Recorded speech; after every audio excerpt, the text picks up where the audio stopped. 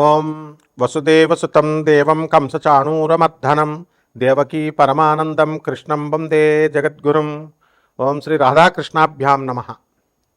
మనకి ఈ మార్చి నెలలో గ్రహస్థితులు ఎలా ఉన్నాయో ఒకసారి చూద్దాం. మనకి ఈ యొక్క శని మీనరాశిలో, కేతువు సింహరాశిలో, రాహువు కుంభరాశిలో, ఆ తర్వాత పంచగ్రహ కూటమి వచ్చిందండి. అందువలన రవి కుజ బుధ శుక్రులు కూడా కుంభరాశిలోకి వచ్చి రాహుతో కలిసి ఉన్నారు. ఆ తర్వాత గురుడు మిథున రాశిలోకి వచ్చాడు. ఈ విధంగా ఉన్నటువంటి గ్రహస్థితి వల్ల మనకి పంచగ్రహ కూటమితో పాటు మనకి ఈ యొక్క మిగతా గ్రహాలతో మనం కనుక చూసుకున్నట్లయితే ద్వాదశ రాశుల వారికి అందరికీ కూడా మనకి కొన్ని ఫలితాలు వస్తాయి. అందువలన ఒక్కొక్క రాశి వారికి మనకి ఏం జరుగుతుంది తెలుసుకోవాలనుకుంటే ముందు మనకి ఏలినాటి శని జరిగేటటువంటి గ్రహాలు 3 ఉన్నాయి. ఆ 3 గ్రహాలలో మనకి ఈ యొక్క కుంభరాశి, మీనరాశి, ఆ తర్వాత మేషరాశి ఏలినాటి శని జరుగుతున్నాయి. కాబట్టి కొన్ని కఠినమైనటువంటి పరీక్షల్ని ఈ రాశుల వారు ఎదుర్కోవాల్సినటువంటి అవసరం ఉంది.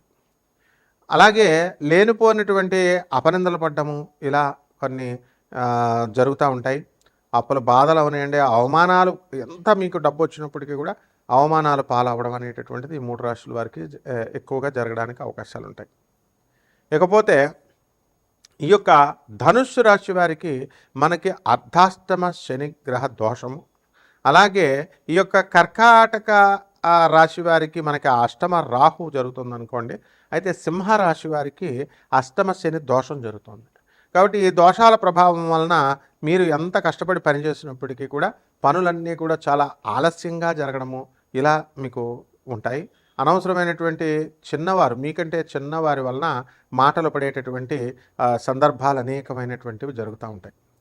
కాబట్టి ఈ యొక్క రాశుల వారికి ఈ అష్టమ శని, అర్ధాష్టమ శని, ఏలినాటి శని ప్రభావాల వల్ల మనకి ఈ రాశులన్నీ కూడా చాలా బాధిస్తూ ఉంటాయి. కొన్ని రాశులు, నేను చెప్పినటువంటి రాశుల్ని.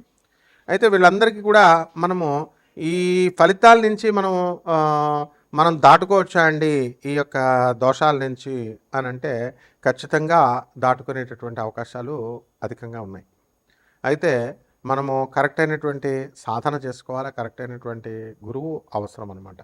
ఒకటి ద్వాదశ రాశుల వారికి అందరికీ కూడా మనకి ఏ విధమైనటువంటి ఫలితాలు ఇస్తాయో మనం ఈ వీడియోలో చూద్దాం. అలాగే ఇవన్నీ కూడా కోటాను కోట్ల మందికి కామన్ ప్లాట్ఫారం మీద చెప్పబడేటటువంటి రాశి ఫలాలు. కాబట్టి దీనికి మనం ఏం చేయాలంటే వ్యక్తిగత చార్ట్ చూడాల్సినటువంటి అవసరం ఉంది ప్రతి ఒక్కళ్ళకి కూడా. అప్పుడు మాత్రమే సంపూర్ణమైనటువంటి మనకి జరిగేటటువంటి దశలు, మనకి జరిగేటటువంటి జాతకం అనేటటువంటిది తెలుస్తుంది. కాబట్టి ఈ రకంగా ఒక్కొక్క రాశి వారికి విడివిడిగా మనకి ఈ మార్చి నెలలో 2026 సంవత్సరంలో మార్చి నెలలో మనకి ఏ విధంగా జాతక ఫలితాలు ఉండబోతున్నాయో మనం చూద్దాం. కర్కాటక రాశి, ఈ కర్కాటక రాశి వారికి అందరికీ కూడా మనకి రాహువు బాగుండలేదు పరిస్థితి. దానివలన ఎక్కువ ఊహాలోకాల్లో విహరించడము ఇలాంటివన్నీ కూడా జరుగుతూ ఉంటాయి. చదువు మీద ఏకాగ్రత పెట్టకపోవడం, అలాగే ప్రభుత్వ పరీక్షలు కానీ లేదా క్యాంపస్ ఇంటర్వ్యూస్లోకి వెళ్తున్నటువంటి వాళ్ళంతా కూడా కేవలం 1-2 మార్కుల తేడాలో మీరు ఫెయిల్ అవ్వడము ఇలాంటివన్నీ కూడా అవకాశాలు ఇప్పటి వరకు అన్నీ ఫెయిల్సే కర్కాటక రాశి వాళ్ళకి. ఆ విధంగా ఈ మార్చి నెలలో ఉండడం అనేటటువంటివి జరుగుతాయి. అలాగే ఈ యొక్క గురుడు మిథున రాశిలో ఉన్న కారణంగా మీ అందరికీ కూడా ఏం జరుగుతాయంటే ప్రభుత్వ సంబంధమైనటువంటి కేసుల్లో ఇరుక్కోవడము, కోర్టుల్లో ఇరుక్కోవడము, ఆ తర్వాత ఈ యొక్క కోర్టుల చుట్టూ తిరగడము, జైళ్ళకి వెళ్ళడము, పోలీస్ స్టేషన్లకు వెళ్ళడము ఇలాంటివన్నీ కూడా ఎక్కువగా జరగడానికి అవకాశాలు అధికంగా ఉన్నాయి. ప్రేమ వ్యవహారాల్లో దెబ్బతిని వీళ్ళంతా కూడా మానసికంగా ఉన్మాద స్థితికి చేరడానికి అధికమైనటువంటి అవకాశాలు ఉంటాయి. అయితే మీ యొక్క ప్రతిభ, మీ యొక్క విలువ అవతల వాళ్ళకి అర్థం కాని విధంగా వీరందరూ కూడా ఉండడం అనేటటువంటివి జరుగుతాయి.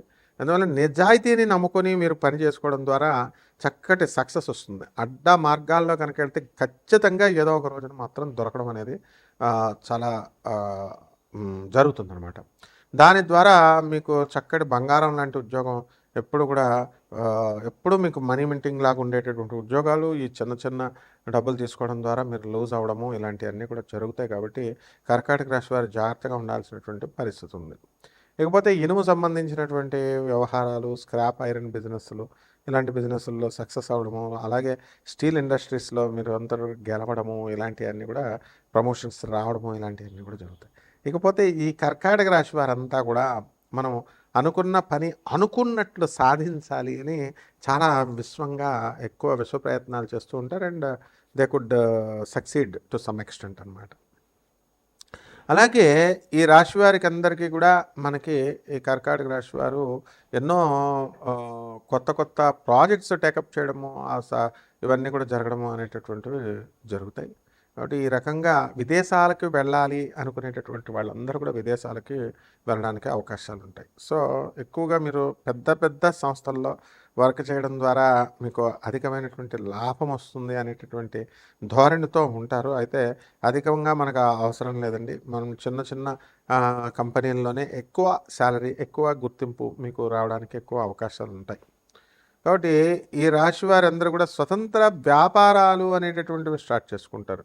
ఒక సొంత సెల్ఫ్ ఫైనాన్స్డ్ ఇన్స్టిట్యూషన్స్ని, ఆర్గనైజేషన్స్ని స్టార్ట్ చేసుకొని మీరు సొంతంగా డెవలప్మెంట్ అవ్వడం అనేటటువంటివి జరుగుతాయి. అండ్ ఎల్ఐసి అండ్ బ్యాంకింగ్లో కూడా మీరు మంచి రాణింపు అనేటటువంటివి జరుగుతాయి. అండ్ కండలు తిరిగినటువంటి శరీరము మీరు రావడం కోసం జిమ్స్కి ఇట్లాగా మీరు ఎక్సర్సైజులు చేసుకోవడము, లేకపోతే జిమ్లకు వెళ్ళలేనటువంటి వాళ్ళు ఇంట్లోనే మీరు చేయడము, ఇవన్నీ కూడా మీకు జరుగుతూ ఉంటాయి. కాబట్టి మీ కండలను చూసి మీకు వెంటనే వివాహాలు కూడా వెంటనే అయిపోవడానికి, అమ్మాయిల పెళ్లి చూపుల్లో మిమ్మల్ని సెలెక్ట్ చేసుకోవడానికి 6 ప్యాక్ బాడీ ఉంది అనేటటువంటి ధోరణితో కర్కాటక రాశి వాళ్ళు ఉంటారు. అయితే ఈ కర్కాటక రాశి వాళ్ళు ఆల్రెడీ పెళ్ళి అయిపోయినటువంటి వాళ్ళు ఇంకా కోర్టు సమస్యల్లోనే ఉన్నారు. కోర్టులో ఇంకా జడ్జిమెంట్స్ రాకుండా వెయిటింగ్ పొజిషన్స్లో చాలామంది ఉన్నారు. కాబట్టి ఈ కర్కాటక రాశి వాళ్ళకి కళ్ళకు సంబంధించినటువంటి వ్యాధులు రావడానికి అవకాశం ఉంటాయి. అందువలన వీళ్ళందరూ కూడా ఎక్కువగా రేడియేషన్స్, ఫోన్లలో, వాట్సాప్లో బిజీగా ఉండడం, ఇవన్నీ కూడా. అందువలన ఈ కర్కాటక రాశి వారు ఏమి చేయాలని అంటే మనకి యక్షిణీమాత యొక్క సాధన మీరు చేసుకోవాలి. అండ్ ఎందువలన అంటే మీకు మనం దుర్గాదేవి ఉంది, కాళరాత్రి రూపంలో, యక్షిణీ రూపంలో ఉంటుంది. కాబట్టి దుర్గాదేవి ప్రసన్నం అవ్వాలంటే ఆమె ఆదిపరాశక్తి, చాలా పెద్ద శక్తి, ఎనర్జీ, హై ఎనర్జీ.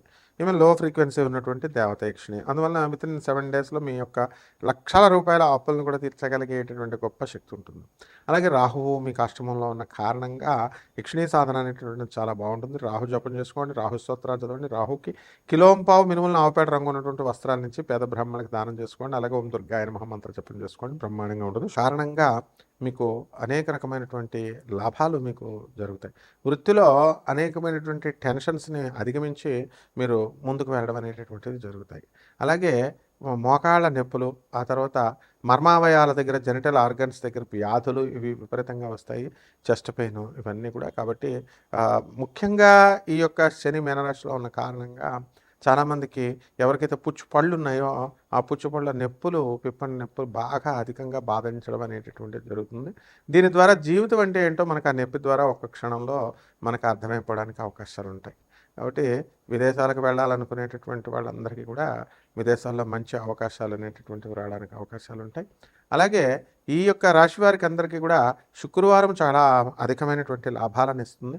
6వ తారీఖు మీరు పనులు మొదలు పెట్టడం, 6, 15, 24వ తేదీల్లో మీరు పనులు చక్కగా ముందుకు తీసుకువెళ్ళడం అనేటటువంటివి జరుగుతాయి. ఈ రాశి వారికి అందరికీ కూడా నూతనంగా నల్ల వస్త్రాలను మీరు కొనుక్కోవడము, ధరించడము, ఇలాంటివన్నీ కూడా చేస్తారు. మరి ఈ యొక్క రాశి వారికి కొన్ని పరిహారాలు చేసుకోవాల్సినటువంటి అవసరం ఉంది. మరి ఈ రాశి వారి కేతువు మనకి అర్ధాశ్రమంలో ఉన్న కారణంగా కేతు జపం చేసుకోండి, కేతు స్తోత్రాలు చదవండి. అలాగే చక్కగా ఈ యొక్క రాశి వారికి ముఖ్యంగా ఈ యొక్క అధికమైనటువంటి బాధ దేని నుంచి మనకి ఈ యొక్క శని నుంచి మనకు ఉన్న కారణంగా మనకి శని జపం చేసుకోండి, శని స్తోత్రాలు చదవండి. రావి చెట్టు మొదలు అది శివలింగ రూపం, అది రావి చెట్టు పైనుంచి నీళ్లు పోయడము, క్రింద నీళ్లు పోయకుండా చేసేటటువంటి ప్రదక్షిణాలు ఏవి కూడా పనిచేయవు మీకు. కాబట్టి రావి చెట్టు చుట్టూ ఓం శనేశ్వరాయ నమః అంటూ ప్రదక్షిణాలు చేసుకోండి. అలాగే మోకాళ్ళతో చక్కగా ఒక ప్రదక్షిణ అనేటటువంటిది రావి చెట్టు చుట్టూ మీరు చేసుకోండి, ఓం శనేశ్వరాయ నమః అంటూ. ఆ విధంగా నల్ల చిమిల్ని తయారు చేసి చక్కగా శనీశ్వరుడికి మనము అభిషేకం చేసుకోవడము, ఈ రకంగా మనం ఈ యొక్క కిలోంపావు ఉలవలని మనము దానం చేయడము, ముఖ్యంగా అధికమైనటువంటి పారితోషికం ఇచ్చే సోమవారం నాడు ఉదయం 7 గంటలకి బ్రహ్మాండంగా ఉంటుంది. శుభమస్తు.